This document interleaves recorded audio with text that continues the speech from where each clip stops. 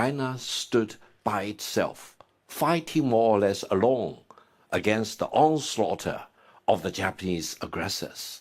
In 1931, the Japanese aggressors occupied China's northeast, and then they gradually expanded their aggression into many parts of China.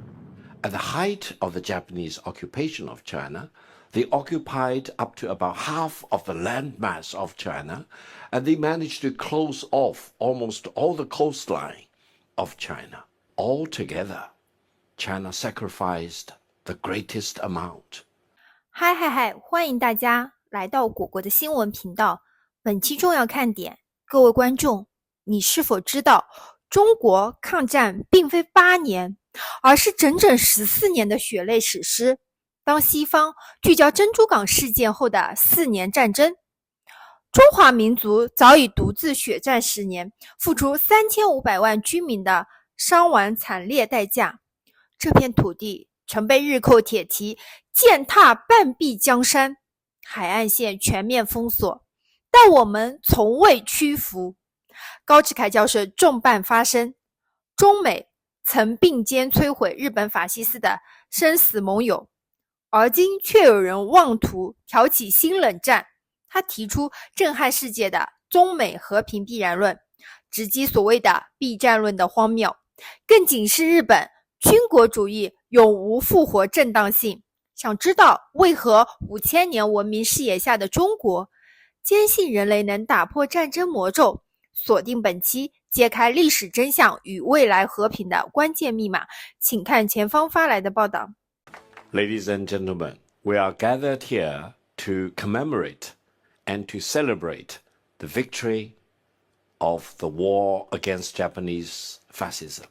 Now, we know that the war in the Asian Pacific region against the Japanese fascism was a very important part of the victory against global fascism, mainly German Nazism in Europe as well as Japanese fascism here in the Asian Pacific region.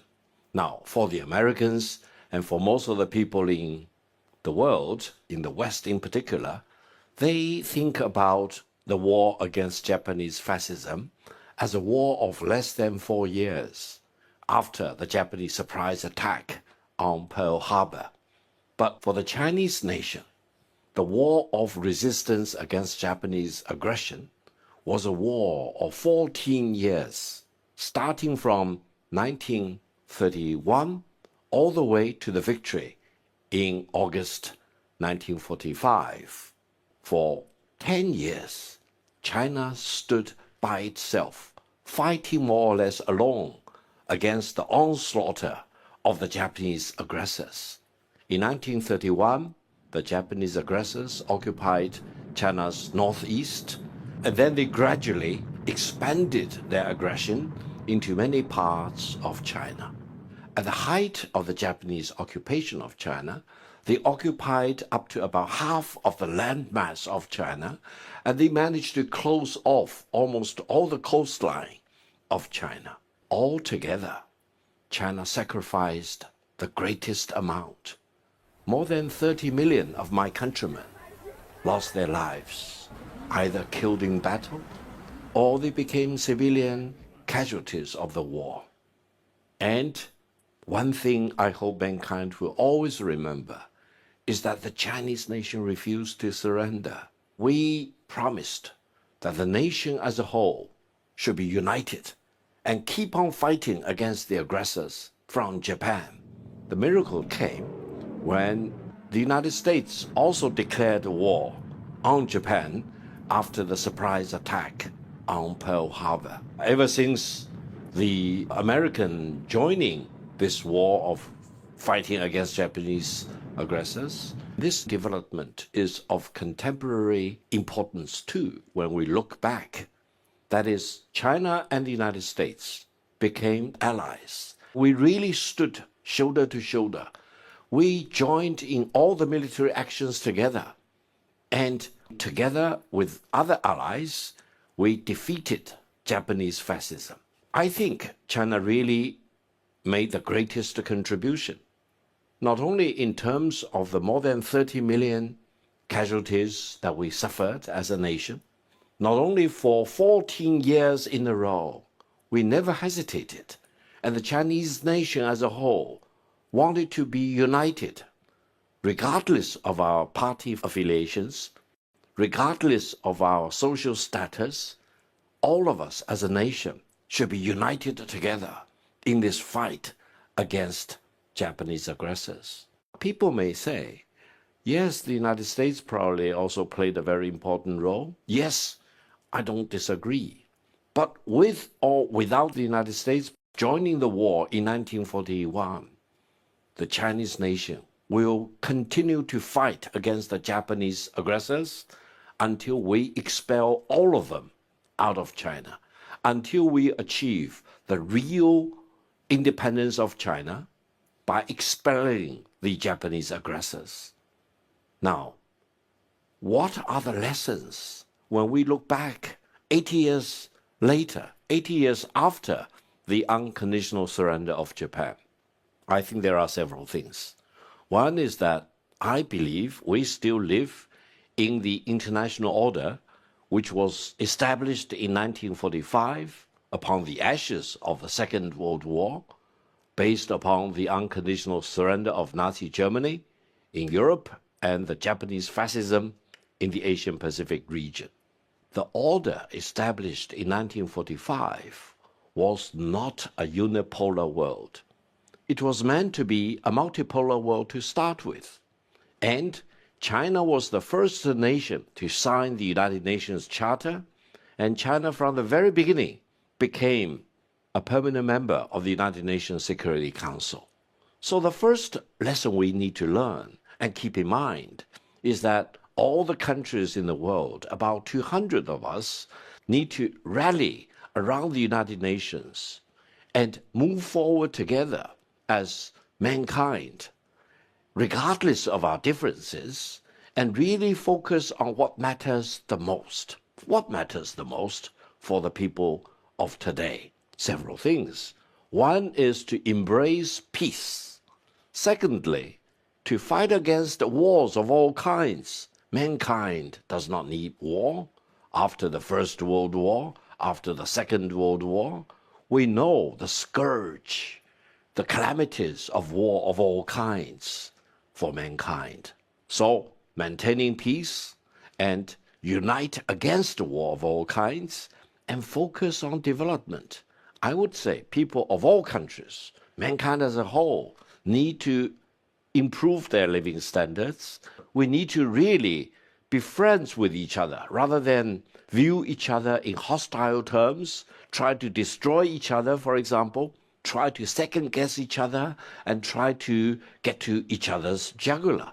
That's not going to build a better world for tomorrow. That will be really the calamity for mankind's future.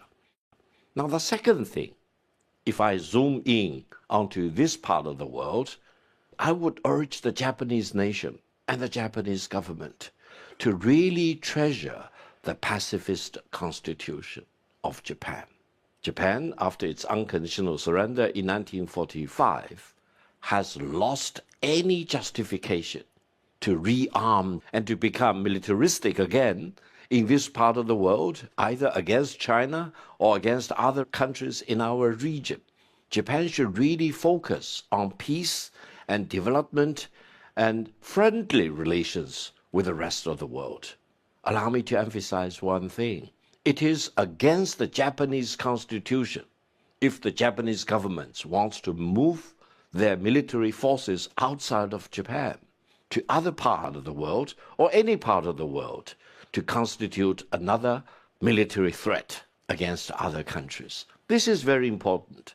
I think if we can permanently get rid of this Japanese fascism, whatever that remains of it, in whatever shapes and forms, I think East Asia as a whole and Asia-Pacific region as a whole will be a free region. All of us will benefit, including the Japanese people. That's the other thing. Now, the most important thing, allow me to emphasize, is peace between China and the United States. I've come up with my own theory. It's called inevitability of peace between China and the United States, which is a kind of rebuke of the so-called destined for war scenario for China and the United States. Why? Because when we look back upon the Second World War, when we look around the world of today, one thing is for sure. War is not an option and should never be an option for China and the United States. A war between China and the United States will be a global calamity. It will be, more or less, the Armageddon for mankind. So we need to promote peace between China and the United States, and we need to really urge those decision makers in Washington, don't view China as an enemy. China is not America's enemy. We were allies before in the Second World War in our joint efforts, which resulted in the unconditional surrender of the Japanese fascism. We can work together as partners going forward, and I hope all of us will believe in the inevitability of peace. Peace is the most important thing for China and for the United States, and peace is the only thing that really matters for mankind. Therefore, when we are gathered here, we are not only looking back, we are looking at the world today, but more importantly, we are looking forward into the future. A future of the world for our posterity, for our children, for our grandchildren. Then looking forward, how far do you want to look forward? In Chinese terms, we look forward minimum for the coming 5,000 years. I hope when we look forward into the coming 5,000 years, there'll be no war. There'll be no global war. And I see mankind in the coming 5,000 years in perpetual and eternal peace with each other. We are all brothers and sisters. No one should divide us. No one should plunge us in war, as mankind suffered in the Second World War. Thank you very much. 精彩视频看完了，演讲从5个方面叙事：一、历史事实重申。演讲明确指出，中国抗战持续14年，从1931年到1945年，远早于太平洋战争爆发。期间，中国以巨大牺牲独自抵抗日本侵略，伤亡超3000万人，彰显了中华民族不屈的意志。2、多边合作以当代启示，肯定中美战时同盟的关键作用，但强调中国抗战的独立性与必然性，指出战后国际秩序基于反法西斯胜利构建联合国框架，旨在维护多极化世界。中国作为创始成员国和安理会常任理事国，呼吁各国团结于联合国之下。